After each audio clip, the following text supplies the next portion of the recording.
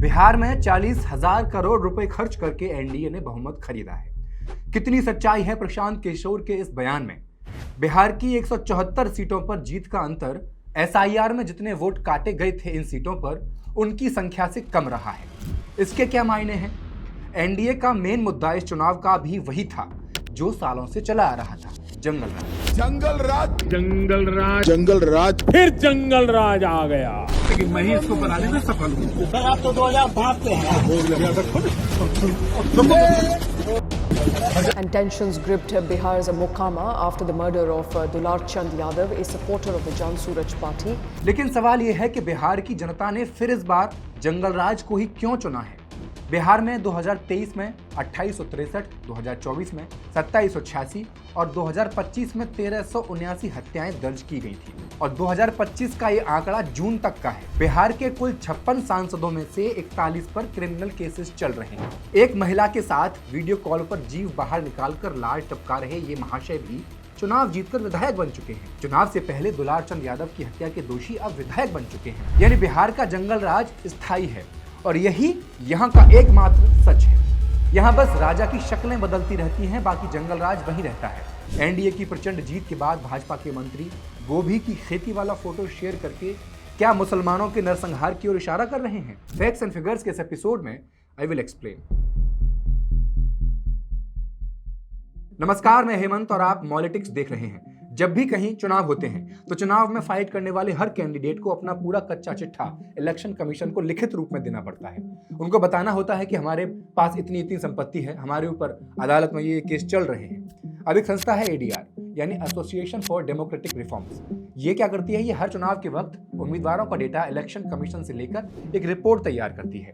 तो इस बार भी एक रिपोर्ट तैयार की गई है। इस बार का बिहार का चुनाव जिन मुद्दों पर लड़ा गया था और जीता भी गया वो थे मुद्दे घुसपैठिया, धर्म, महिलाओं को 10,000 रुपए देना और सबसे अहम जंगल राज। तो एनडीए के बड़े बड़े नेता अपनी रैलियों में जंगल राज का डर दिखा रहे थे। क्या अब एनडीए के जीत जाने के बाद जंगल राज सच में खत्म हो जाएगा? इस सवाल की तफ्तीश करते हैं। बिहार में जब पहले चरण के चुनाव हो रहे थे तब एडीआर ने लगभग 1314 उम्मीदवारों के हलफनामे खंगाले और पता चला कि 423 कैंडिडेट्स यानी लगभग एक तिहाई के ऊपर क्रिमिनल केसेस चल रहे थे।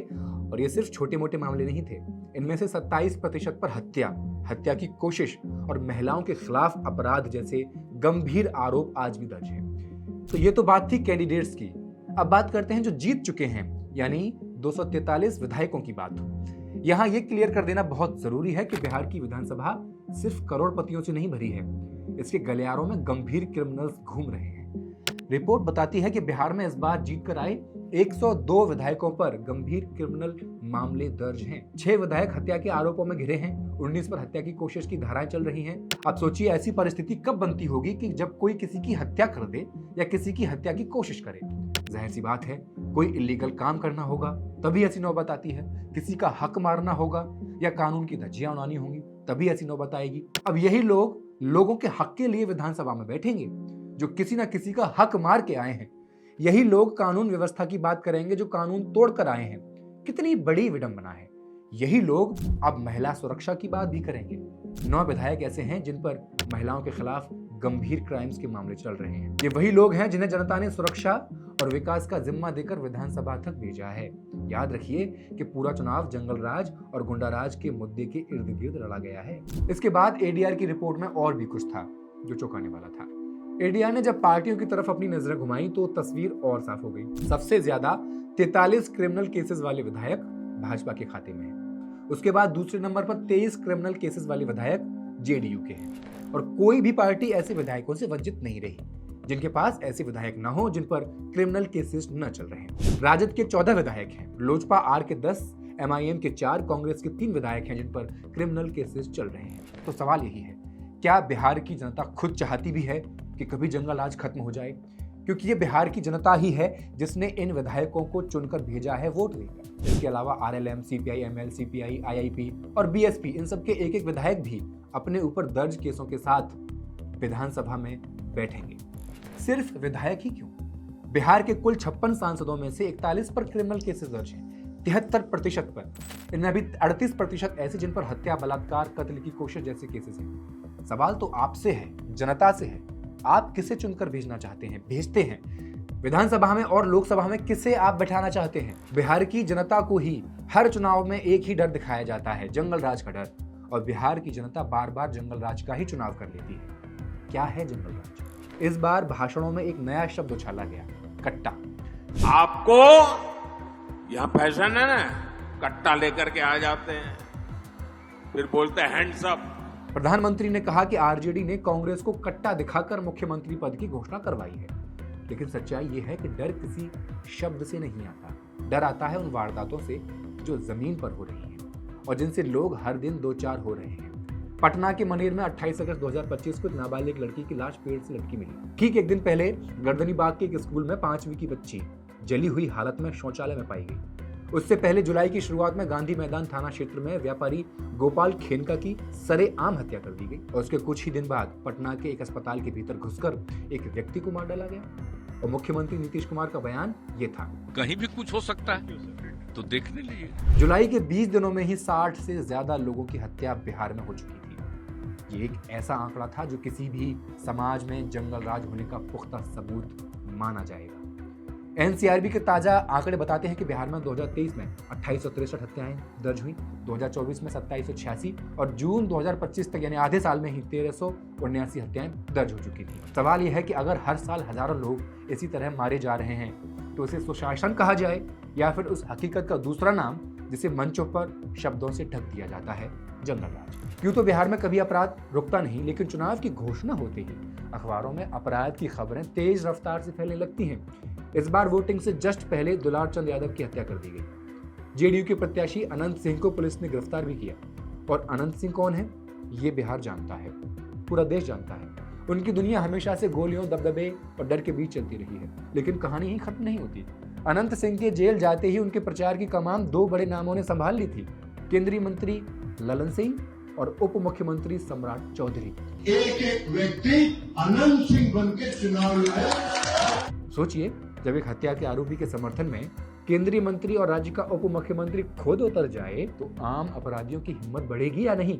14 नवंबर को बिहार में एनडीए की प्रचंड जीत हुई है और उसी रात सोशल मीडिया पर एक ऐसी तस्वीर पोस्ट हुई है जिसने इस जीत के जश्न को एक डर में बदल दिया। ये तस्वीर आसाम के स्वास्थ्य मंत्री और भाजपा नेता अशोक सिंघल ने डाली है। जंगल राज क्या होता है देखिए।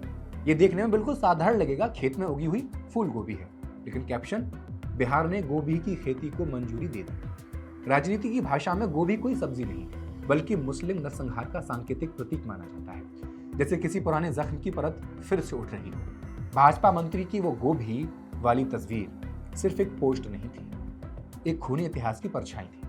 वो इतिहास जिसे बिहार कभी भूल नहीं पाया और जिसे कुछ लोग बार बार जिंदा करने की कोशिश करते रहे। इस प्रतीक का रिश्ता सीधे 1989 के भागलपुर दंगों से जुड़ता है, एक ऐसा हादसा जिसमें 900 से ज्यादा मुसलमान मारे गए थे। उस दंगे में लोगाई गांव का नाम सबसे ज्यादा लिया गया था, सबसे ज्यादा खून से रंगा गया था। वहां 110 मुसलमानों की हत्या की गई, उनकी लाशों को खेत में दफना दिया गया और कहा जाता है कि इन लाशों पर गोभी के पौधे लगाए गए थे। इंसानी लाशें मिट्टी बनी और ऊपर उगाई सब्जी।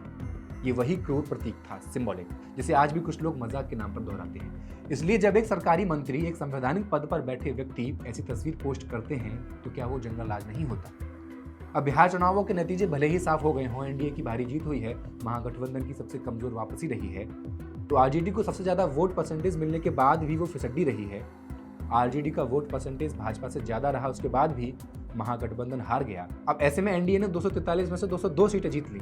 लेकिन कुछ चीजें जान लेना बहुत जरूरी है, ये आंकड़े आपको जान लेने चाहिए। एनडीए के हिस्से में ऐसे इलाके भी आ गए हैं जिन्हें कभी विपक्ष का किला माना जाता था। देखने में ये एक लहर सी लगती है, लेकिन एक ऐसा पैटर्न सामने आया है जो गौर करने लायक है। बिहार में 174 सीटें ऐसी थी जहां जीत और हार का मार्जिन उन वोटों से भी कम था जिन्हें एसआईआर के दौरान वोटर लिस्ट से हटाया गया था। यानी उन सीटों पर जीत और हार का फैसला जनता की मर्जी से कम और वोटर लिस्ट की गई कांट छांट से ज्यादा तय हुआ सा लगता है। ये काम किया है एसआईआर ने, जिसके तहत लगभग 70 लाख नाम हटा दिए गए थे। क्या इन डिलीशंस ने ही तराजू का पलड़ा पलट दिया? 2020 याद कीजिए। मैं जिन 174 सीटों की बात कर रहा हूं, उन 174 में से मैं एक पर्टिकुलर 91 सीटों की बात करूंगा अभी। उन 91 में से 71 सीटें महागठबंधन के पास थी, एनडीए के पास इन्हीं में से केवल 14 सीटें थी।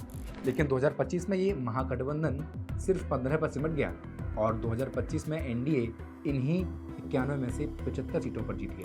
अब जैसे एग्जाम्पल से समझते हैं, मुजफ्फरपुर की कुरहनी सीट बीजेपी ने जीती 9718 वोटों से। इसी सीट पर 24,000 से ज्यादा नाम वोटर लिस्ट से हटाए गए थे। कुरहनी 2020 में आरजेडी के पास थी। अब भोजपुर की संदेश सीट इस बार जेडीयू ने जीत ली है सिर्फ 27 वोटों से, सिर्फ 27। लेकिन यहाँ वोटर लिस्ट से हटे नाम कितने थे? 25,000 से ज्यादा। 2020 में ये सीट आरजेडी के पास थी। इसी वजह से एसआईआर अचानक बिहार की राजनीति का सबसे बड़ा फ्लैश पॉइंट बन गया। लेकिन इस पूरी तस्वीर में एक एहतियात भी जरूरी है। ये विश्लेषण सीधे सीधे ये नहीं कहता कि वोटर लिस्ट से नाम काटे जाने से ही नतीजों को बदल दिया गया है। चुनाव का फैसला हमेशा कई परतों पर होता है।